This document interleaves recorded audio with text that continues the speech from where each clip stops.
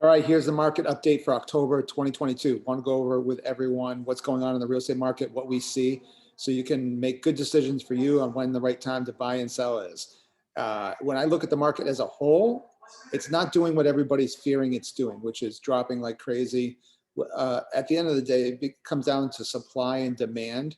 And first thing I want to look at and show you guys right now is the supply, which is on market snapshot. For Massachusetts right now, we are at 16,574 listings available on the market. Last year at this time, we had 16,872. So we have slightly less homes in the market, but not by much. Also, the average days in the market is actually less this year than it was last year. So we have to really look at the numbers. You're seeing and hear things on a national level, and really we have to dive in and look at the local level and see what's going on. Even if I look at Worcester County, if we want to like break it down to county level, we had 2,031 properties on the market last year and 2,010 this year. So slightly less homes on the market this year again.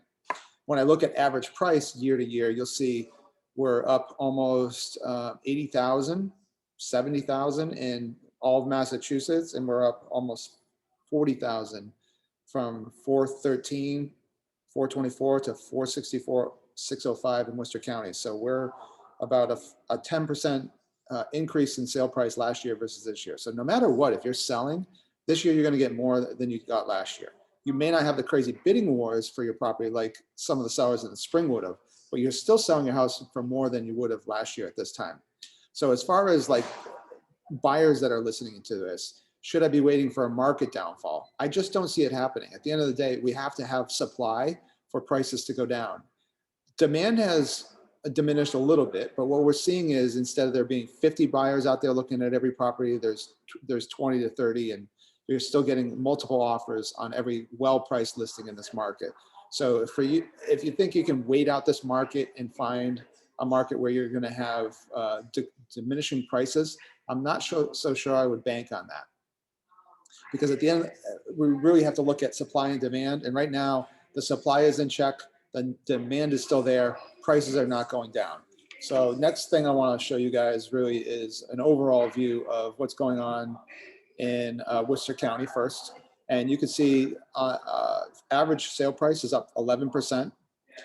Closed units are down 10%.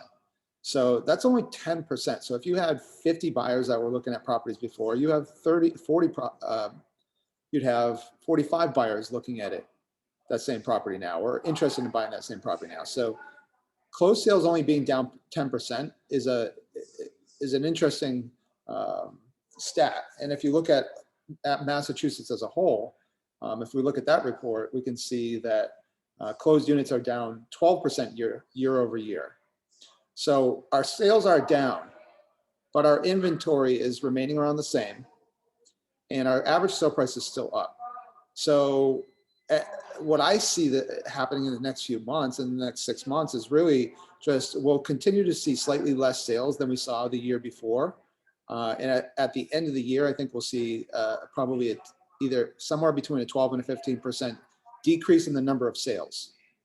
But the year over year, end of year average sale price will probably still be up across the state.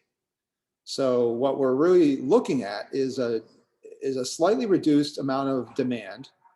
We're not seeing a spike in supply because we still need people that want to sell or get motivated to sell. I don't see that happening. So I don't see anything spiking the supply. Even if they started to foreclose on some properties, they're not going to do it overnight. So you're not going to have a spike in foreclosures. You're probably not going to have a spike in short sales. You're not going to have a spike in people moving out of the state. There's still a ton going on in the state as far as companies moving here, looking at this as being like, I've heard it replied to as like the next Silicon Valley. So as far as like companies moving in, people staying more in the area, you know, if you think there was going to be a lot of people vacating, like baby boomers moving to Florida after what just recently happened, which is terrible to see, I think you're going to have less people moving out of the area. So if that's the case, and we don't have a ton of new construction starts because we don't have much land left, and there's so many regulations in building that we're not going to see a spike in new construction activity. And we're also not going to see a spike in available rentals. Uh, you just don't see even a high supply of rentals right now, which means that the rental prices are staying high and actually increasing still. So you have to live somewhere, and people have to live somewhere. So if they're going to have to live somewhere, I don't see the market dropping. I just don't see it. I don't see anything indicating other than a, a kind of a reset or an adjustment to the number of sales and the number of and the volume. I just don't see the prices declining. One of the things that may trigger people to stay in their home that may have considered selling and buying a new home is the interest rates, certainly. Somebody that's in a 3.5% interest rate in their home that was thinking about selling and buying is probably not going to do so, or at least may wait a while unless they're highly uncomfortable with that home. But that just will probably be the reason for some of our decline in total sales volume, number of sales, but probably won't really affect the price. We'll still have demand. We'll still have first-time home buyers. We'll still have investment buyers. We'll still have people that are downsizing. We'll still have people that are moving into the area. We'll still have people that have to relocate to move out. So you always have to look at the natural progression of people wanting to move and having to move. And it's probably going to take some more motivation for people to move, or if they're tired of renting, wanting to buy their first house. But there'll still be movement in the market. As long as there's movement in the market and there's not something that drastically changes the supply or demand, we won't see prices decrease. We'll see a continuing, what I would call a leveling off of the market. I think this is the leveling off the market. And if you're in the market to buy, I think the next few months are going to be a great opportunity to buy. You're going to have less competition, and you're going to get into a home you love without having to fight tooth and nail to get that home. And then when the interest rates drop and somewhere in 2023 and they drop back down and settle down a little bit, you can refinance. So I would prefer to see a buyer get into their perfect home now and then refinance from the comfort of their couch than to come back out in the market and buy when every other buyer is going to come back out in the market and do the same thing. So for buyers, I think the market is a great time to buy. And for sellers, if you need to make a move and you really want to make a move, the buyers are still out there. They're still paying a very fair price for your home. And I see no reason that you should hold back selling your property, maybe buying another one. At the end of the day, you really have to be comfortable where you live. And if you're uncomfortable now, I think there's no reason to stop moving forward towards your goals. So we're going to share more videos like this every single month on the market updates so we can watch this consistently. But if you were waiting for prices to drop dramatically, I don't see it. If you're a seller, you may not get what you've gotten in March, but those were overflated numbers anyways. If you're selling a property and buying, you're going to be in the same market. It's impossible to sell high and buy low. If your house may get 10% less than it would have gotten 4 months ago if you sold it, or 5 months ago if you sold it, and you're buying a home too, you're probably going to have an opportunity to buy that house at 10% less than you would have also. We just were in a super inflated market this spring, and they slowed it down with the interest rates. So that was a mirage in time that some people took advantage of on the selling end. Most buyers aren't happy probably right now if they bought in the spring.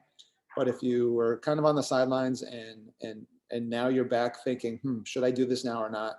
Book a call with any of our team members. They'd be happy to break it down and figure out for you whether it's the right time for you to make a move or not.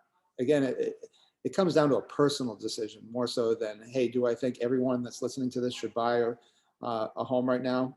No, not necessarily. It's a personal decision of what your short and long-term goals looks like.